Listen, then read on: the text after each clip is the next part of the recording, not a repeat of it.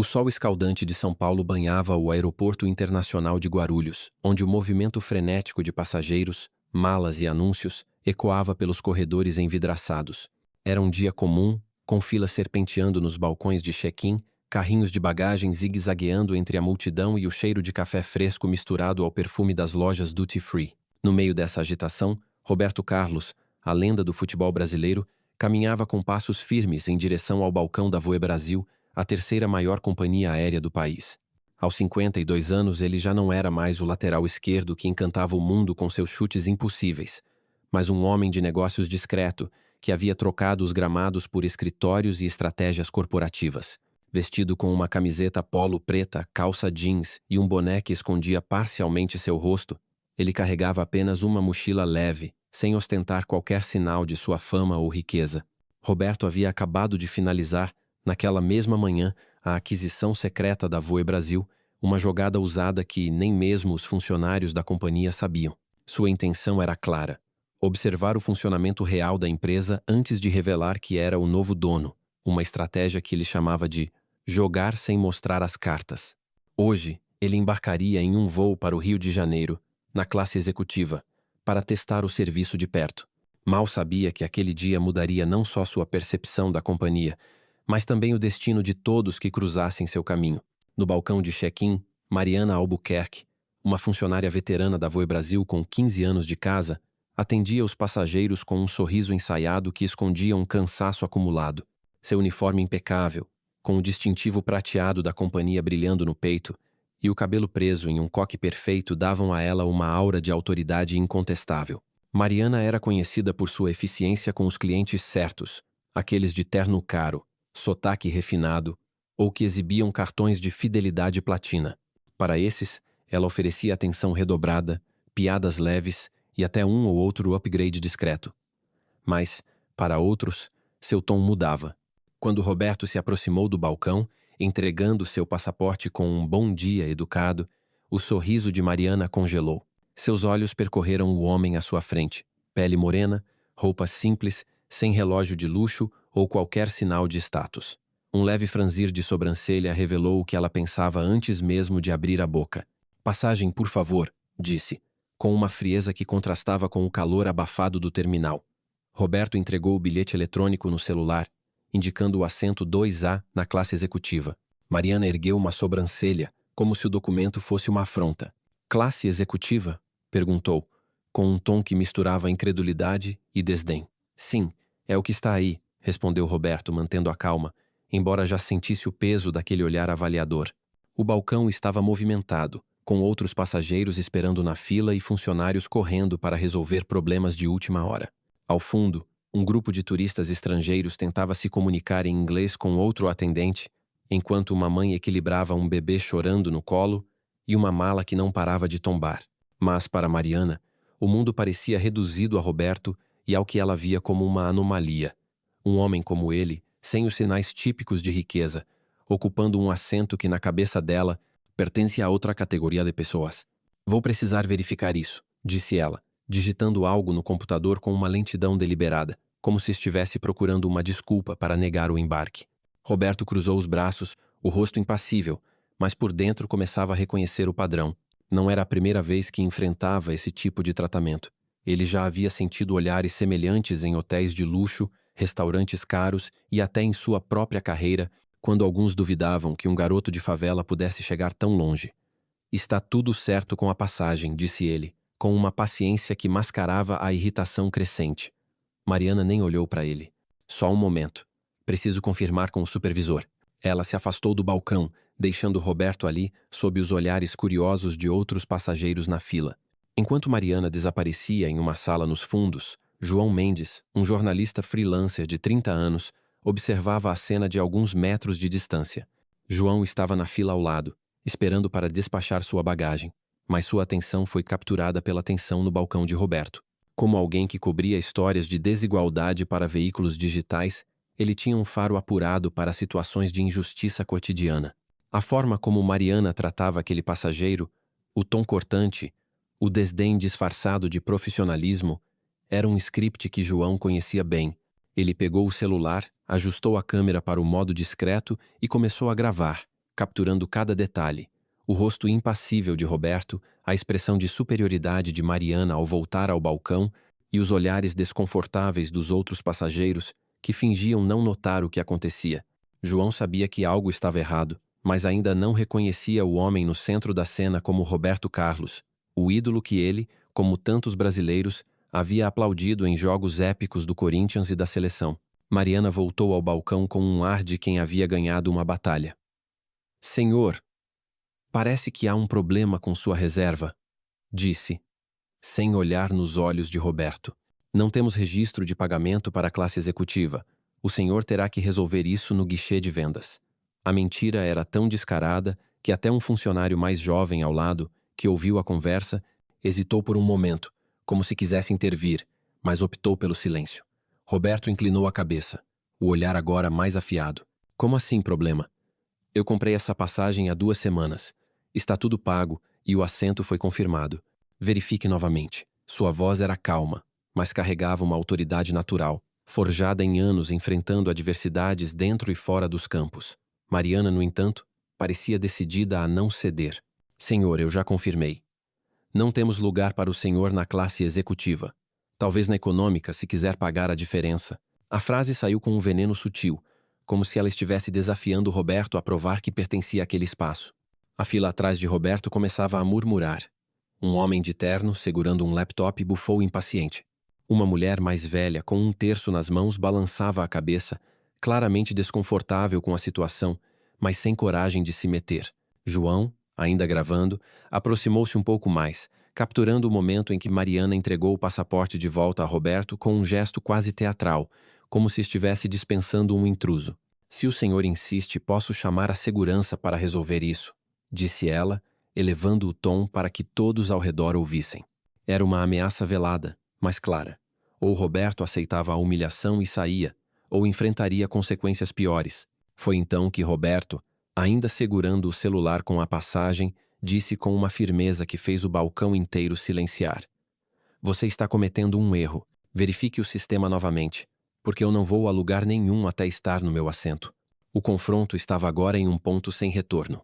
Mariana, sentindo os olhares da multidão, decidiu dobrar a aposta. Senhor, pessoas como o senhor sempre tentam burlar o sistema, disse ela, a voz carregada de um preconceito que não se preocupava em disfarçar.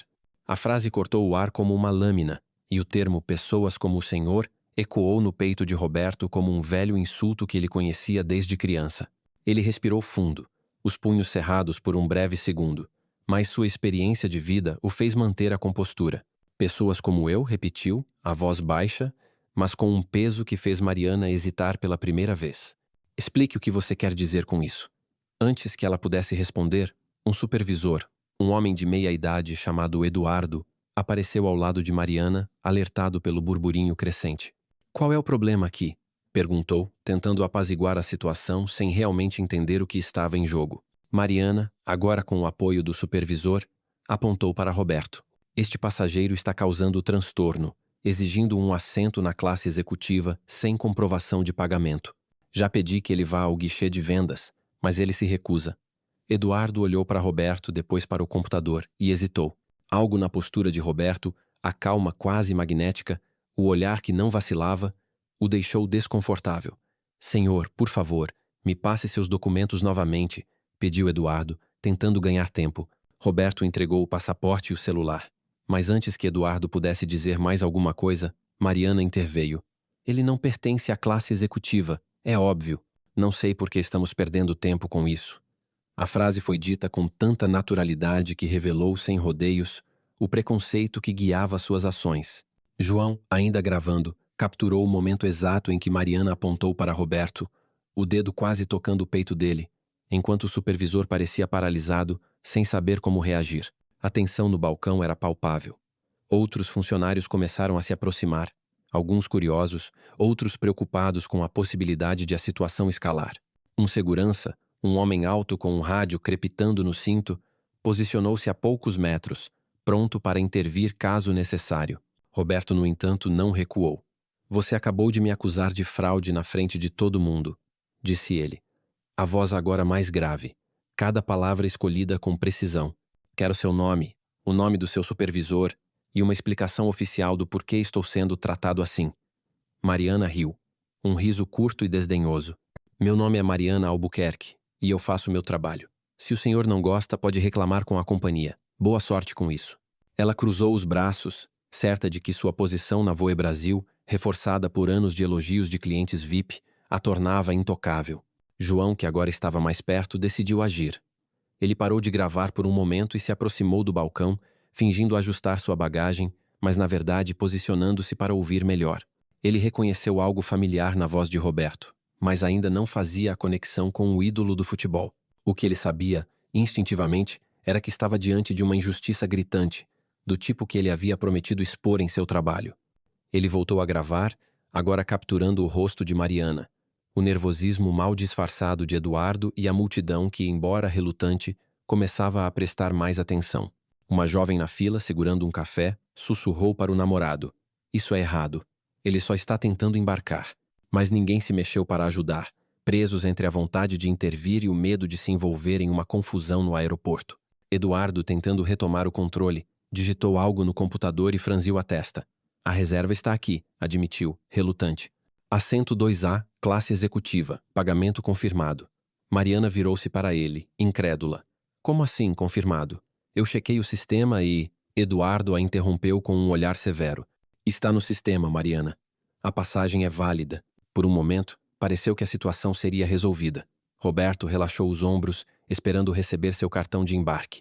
Mas Mariana, sentindo sua autoridade desafiada, decidiu escalar o conflito. "Mesmo que a passagem seja válida, ele não pode embarcar assim", disse ela, inventando uma nova desculpa. "A política da companhia exige a apresentação de documentos adicionais para passagens de alto valor compradas recentemente. É uma medida de segurança." A mentira era tão improvisada que até Eduardo pareceu surpreso, mas ele não a contradisse, talvez por lealdade ou por não querer uma cena ainda maior. Roberto, agora visivelmente irritado, mas ainda controlado, apontou para o celular. "A política da companhia? Mostre-me onde está escrito isso. Eu quero ver o manual da Voe Brasil agora." Mariana hesitou, percebendo que havia ido longe demais, mas sua teimosia a impediu de recuar. "Senhor, se o senhor continuar causando transtorno, serei obrigada a chamar a Polícia Federal", disse ela, elevando o tom para atrair ainda mais atenção. O segurança, que até então observava em silêncio, deu um passo à frente, a mão no rádio. A multidão agora assistia abertamente, alguns tirando fotos, outros murmurando entre si.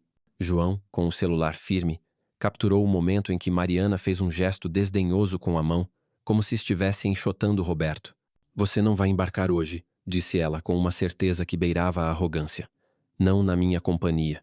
Foi nesse momento que Roberto, com uma calma que escondia uma tempestade interna, disse algo que fez o balcão inteiro congelar. "Sua companhia? Vamos ver quanto tempo você vai durar nela depois de hoje." A frase, dita sem elevar a voz, carregava uma promessa que Mariana não poderia compreender. Ela riu, achando que era uma bravata vazia, mas João, que agora estava mais perto, sentiu um arrepio. Havia algo na postura de Roberto, na forma como ele segurava o olhar de Mariana, que sugeria que ele não era um passageiro qualquer. João decidiu que era a hora de agir. Ele parou de gravar, abriu o Twitter e começou a fazer upload do vídeo com a legenda: "Funcionária da Voe Brasil humilha passageiro em São Paulo. Isso é inaceitável. Justiça para Roberto." Ele não sabia o nome verdadeiro do homem no vídeo, mas escolheu Roberto como um nome genérico, sem imaginar que estava, por coincidência, acertando em cheio. Enquanto o vídeo começava a circular, recebendo dezenas de retweets em poucos minutos, a situação no balcão chegou ao clímax. Mariana, agora com o apoio do segurança, apontou para Roberto: "Saia do balcão agora, ou será escoltado para fora do aeroporto." Eduardo, claramente desconfortável, tentou intervir. "Mariana, vamos resolver isso com calma. A passagem é válida. Podemos..." Mas Mariana o interrompeu. "Não, Eduardo. Ele está causando um transtorno. Eu tenho autoridade aqui." Roberto, vendo que não havia mais diálogo possível, pegou seu passaporte e celular, deu um passo para trás e disse: "Você acabou de cometer o maior erro da sua carreira. Nos veremos em breve." Ele virou as costas e caminhou em direção à saída do terminal, sob os olhares atônitos da multidão. João, ainda no balcão, terminou de postar o vídeo e seguiu Roberto discretamente, curioso para saber quem ele era. O vídeo já estava sendo compartilhado por centenas de pessoas, com comentários indignados pipocando. Isso é racismo descarado. A Voe Brasil precisa responder por isso. Enquanto isso, Roberto, já do lado de fora, ligou para seu assistente Marcelo, que estava no Rio de Janeiro. Marcelo, prepare a equipe jurídica e chame o conselho da Voe Brasil para uma reunião de emergência.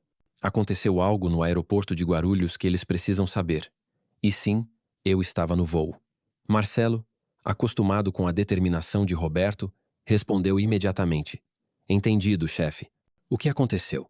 Roberto olhou para o terminal, onde ainda podia ver a silhueta de Mariana rindo com um colega, e disse: Eles acabaram de humilhar o dono da própria companhia. E agora vão aprender quem eu sou. A multidão no terminal começou a se dispersar, mas o vídeo de João já estava viralizando. Blogueiros, influenciadores e até alguns jornalistas de portais locais começaram a compartilhar a história, com manchetes como Voe Brasil humilha passageiro em Guarulhos e racismo no check-in. Até quando? Ninguém ainda sabia que o homem no vídeo era Roberto Carlos, mas a indignação pública crescia a cada minuto. Dentro do aeroporto, Mariana voltou ao trabalho como se nada tivesse acontecido, confiante de que sua posição na companhia a protegeria. Ela não fazia ideia de que, naquele exato momento, o homem que ela havia humilhado estava planejando não apenas sua demissão, mas uma revolução completa na companhia que ela chamava de sua. O palco estava montado para um confronto que abalaria a Voe Brasil e mostraria ao Brasil que ninguém, nem mesmo uma lenda como Roberto Carlos, estava imune à injustiça, mas que ele, mais do que ninguém, tinha o poder de transformá-la. Nota: o texto acima tem aproximadamente 0 caracteres, escrito em português brasileiro com tom e estilo adequados à cultura local, refletindo o contexto vibrante de São Paulo e a sensibilidade às questões de discriminação. O capítulo foca na tensão do incidente, no ambiente do aeroporto e nas dinâmicas de poder e preconceito, preparando o terreno para o segundo capítulo sem repetir temas ou perder o impacto narrativo. A brisa morna do Rio de Janeiro soprava suavemente pelas janelas do 45º andar do edifício corporativo onde Roberto Carlos, agora sentado em uma cadeira de couro preto, observava o horizonte da cidade. A sala de reuniões, com suas paredes de vidro e vista para a Baía de Guanabara, contrastava com o caos do aeroporto de Guarulhos, onde, apenas algumas horas antes, ele havia sido humilhado por Mariana Albuquerque, uma funcionária da Voe Brasil. O vídeo gravado por João Mendes, o jornalista freelancer, já ultrapassava milhões de visualizações nas redes sociais, com a hashtag Justiça para Roberto dominando as discussões no Brasil. O que ninguém, exceto Roberto e sua equipe mais próxima, sabia era que ele não era apenas uma vítima de discriminação, ele era o novo proprietário da Voe Brasil, tendo finalizado a aquisição naquela mesma manhã. Agora, com o conselho da companhia reunido às pressas e a crise de imagem da empresa em plena escalada, Roberto estava pronto para transformar a humilhação em uma oportunidade de mudança radical. A sala, cheia de executivos nervosos, aguardava suas palavras, enquanto ele, com a calma de quem já enfrentou estádios lotados e defesas implacáveis, preparava-se para revelar sua identidade e iniciar uma revolução. A mesa oval de Mogno acomodava 12 pessoas, incluindo o CEO da Voe Brasil, Paulo Ferreira, um homem de 60 anos com cabelo grisalho e uma reputação de administrar crises com respostas genéricas e promessas vagas. Ao seu lado, o diretor de operações do aeroporto de Guarulhos, Carlos Mendes, sem relação com João, tentava manter a compostura, embora seu celular não parasse de vibrar com notificações de jornalistas e acionistas. Marcelo, o assistente de confiança de Roberto, estava de pé ao lado de uma tela de projeção, segurando um tablet com os últimos relatórios da crise. A tensão na sala era quase palpável, como o ar antes de uma tempestade. Paulo abriu a reunião com uma tentativa de controle. Senhores, estamos enfrentando uma situação delicada no aeroporto de São Paulo. Um passageiro foi mal atendido e o vídeo está circulando. Já instruí nossa equipe de comunicação a emitir um comunicado padrão, mas precisamos alinhar nossas ações. Ele olhou ao redor, esperando aprovação, mas seus olhos encontraram o rosto impassível de Roberto, que permanecia em silêncio, os dedos entrelaçados sobre a mesa. Roberto deixou o silêncio se prolongar por alguns segundos, uma tática que aprendera nos campos de futebol para desestabilizar adversários. Então, com uma voz firme, mas sem elevar o tom, ele falou: Paulo, antes de continuarmos, quero esclarecer algo. O passageiro no vídeo não era qualquer um. Era eu. A sala ficou tão quieta que o zumbido do ar-condicionado parecia ensurdecedor.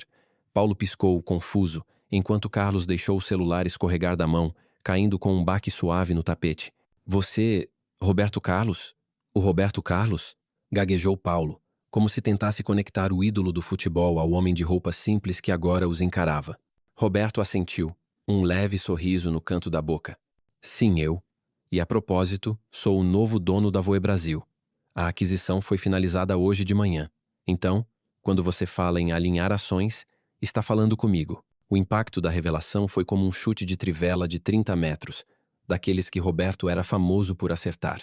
Os executivos trocaram olhares, alguns atônitos, outros calculando as implicações.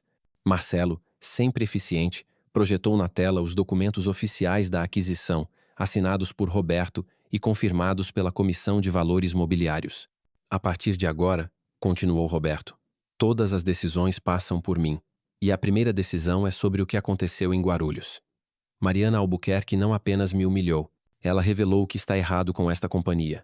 Uma cultura que tolera discriminação, premia a arrogância e ignora os passageiros que não se encaixam no perfil dos clientes VIP. Paulo tentou intervir, erguendo a mão. Senhor Carlos, com todo respeito, o que houve foi um incidente isolado. Mariana é uma funcionária exemplar, com 15 anos de... Roberto o cortou, apontando para a tela onde Marcelo agora exibia uma lista de 19 reclamações contra Mariana, arquivadas sem investigação nos últimos 5 anos. Exemplar? Aqui estão queixas de passageiros, a maioria negros ou de classe média, relatando tratamento semelhante. Vocês sabiam disso e escolheram ignorar. Enquanto a sala digeria a informação, o celular de Carlos vibrou novamente. Ele olhou a tela e empalideceu. Senhor, Carlos, a imprensa está no saguão do prédio. Eles sabem que o senhor está aqui. E o vídeo já foi reprisado na Globo News. Roberto assentiu, como se já esperasse isso. Ótimo. Deixem eles falarem. A verdade está do nosso lado. Mas antes de enfrentarmos a imprensa, vamos resolver a casa. Ele se levantou, caminhando até a janela, onde a vista do Pão de Açúcar parecia um lembrete da grandeza do Brasil e do quanto ele ainda precisava melhorar. Mariana Albuquerque está demitida, efetivamente agora. E você, Carlos, como diretor de operações do aeroporto, por que não interveio quando o supervisor relatou o incidente? Por que deixou uma funcionária transformar um passageiro em alvo de humilhação pública? Carlos gaguejou, tentando justificar.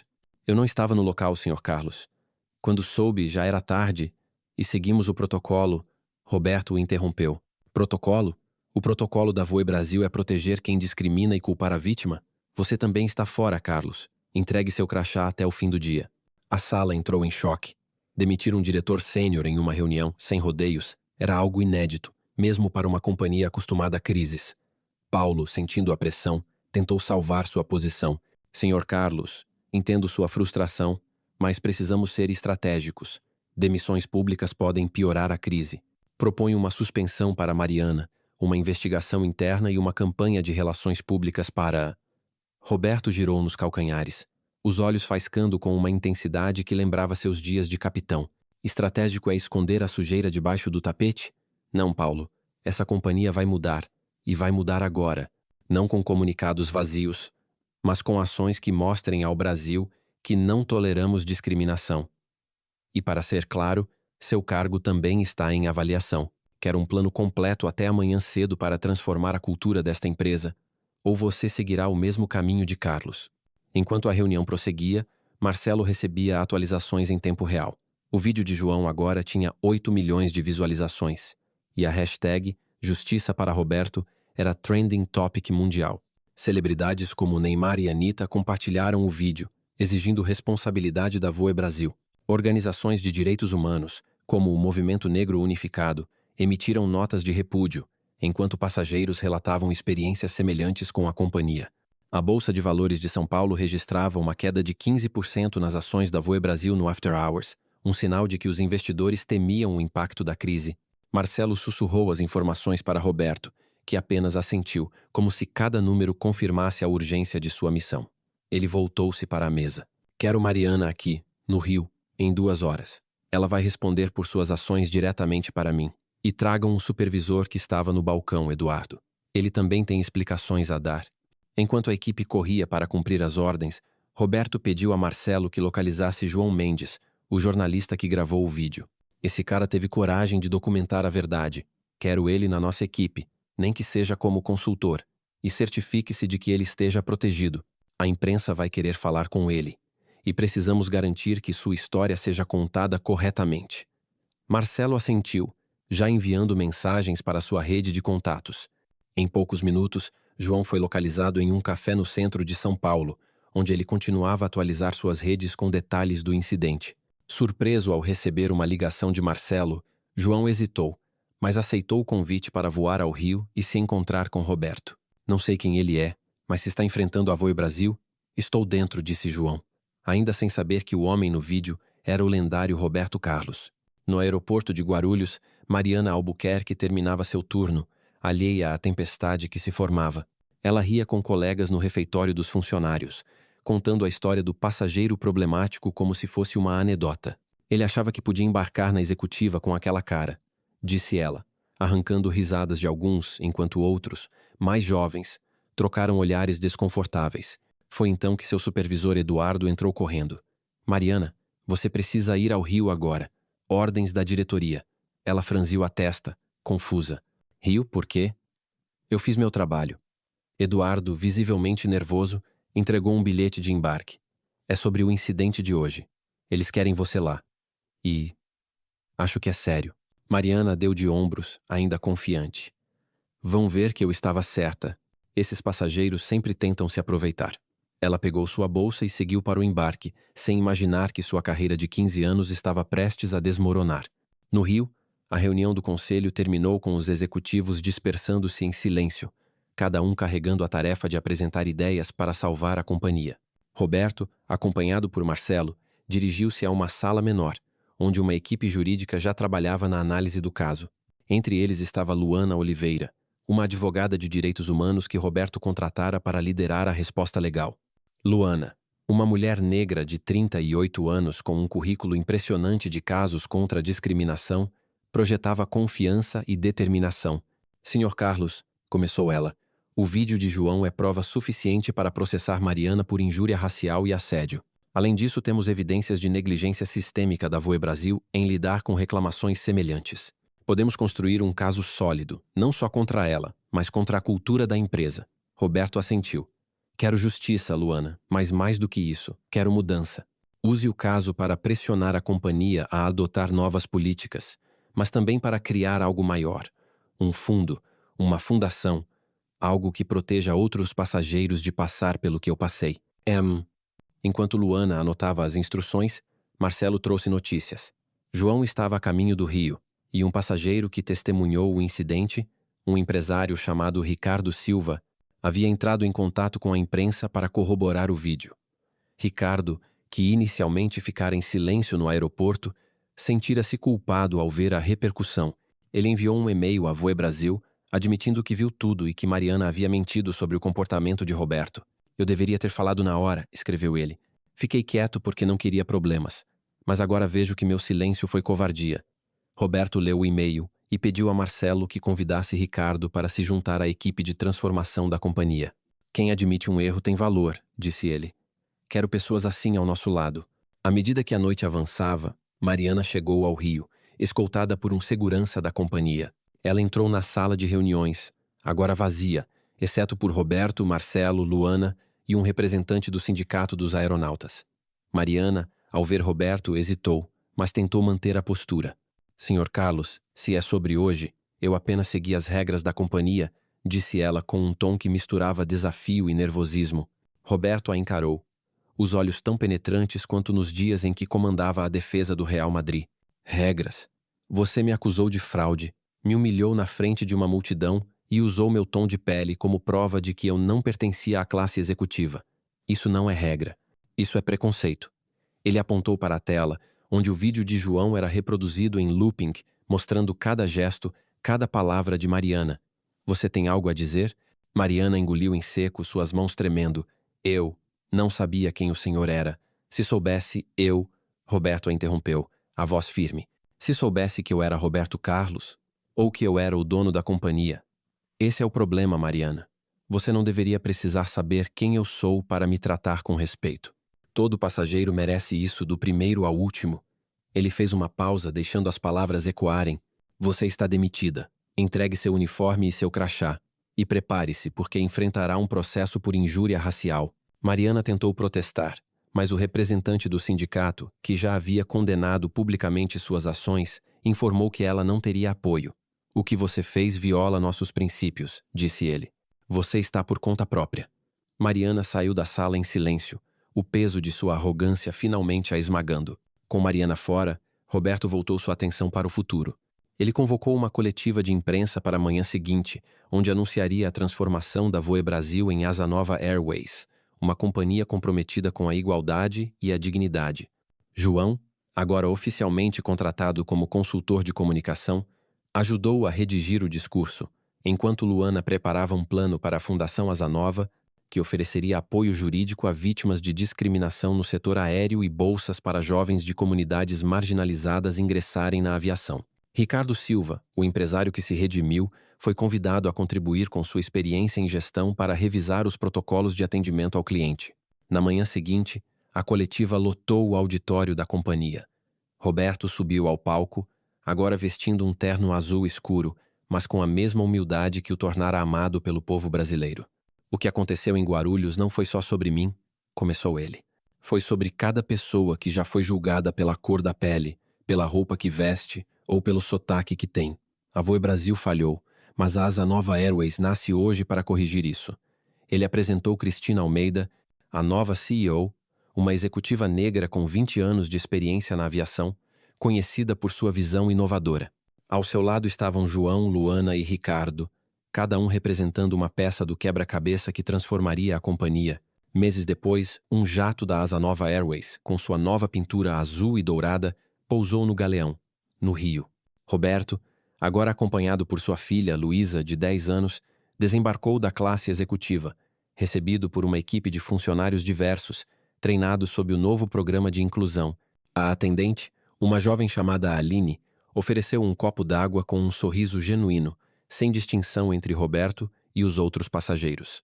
A companhia, sob a liderança de Cristina, implementara treinamentos obrigatórios contra preconceito, revisara todos os processos de atendimento e criara um conselho de diversidade com representantes de comunidades marginalizadas.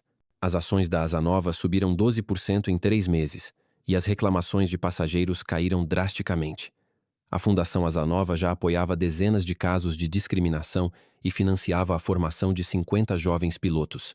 Enquanto Roberto caminhava pelo terminal com Luísa, uma idosa se aproximou. Senhor Carlos, eu voei por 30 anos e nunca me senti respeitada até hoje. Obrigada por mudar isso. Roberto sorriu, apertando a mão dela. Não fiz isso sozinho. Foi por todos nós. Naquela noite em casa, ele assistiu ao pôr do sol com Luísa, sabendo que a humilhação de Guarulhos havia se transformado em um legado de justiça. A Asa Nova Airways não era mais só uma companhia aérea, era um símbolo de que, com coragem e ação, o Brasil podia voar mais alto. Nota: o texto tem aproximadamente 20 caracteres, escrito em português brasileiro com um tom vibrante e culturalmente relevante. Este capítulo foca no confronto corporativo, na transformação sistêmica e no impacto social, evitando repetições do ambiente de aeroporto do capítulo 1 e mantendo a narrativa envolvente com novos personagens, cenários e temas. E tornar esse sonho realidade.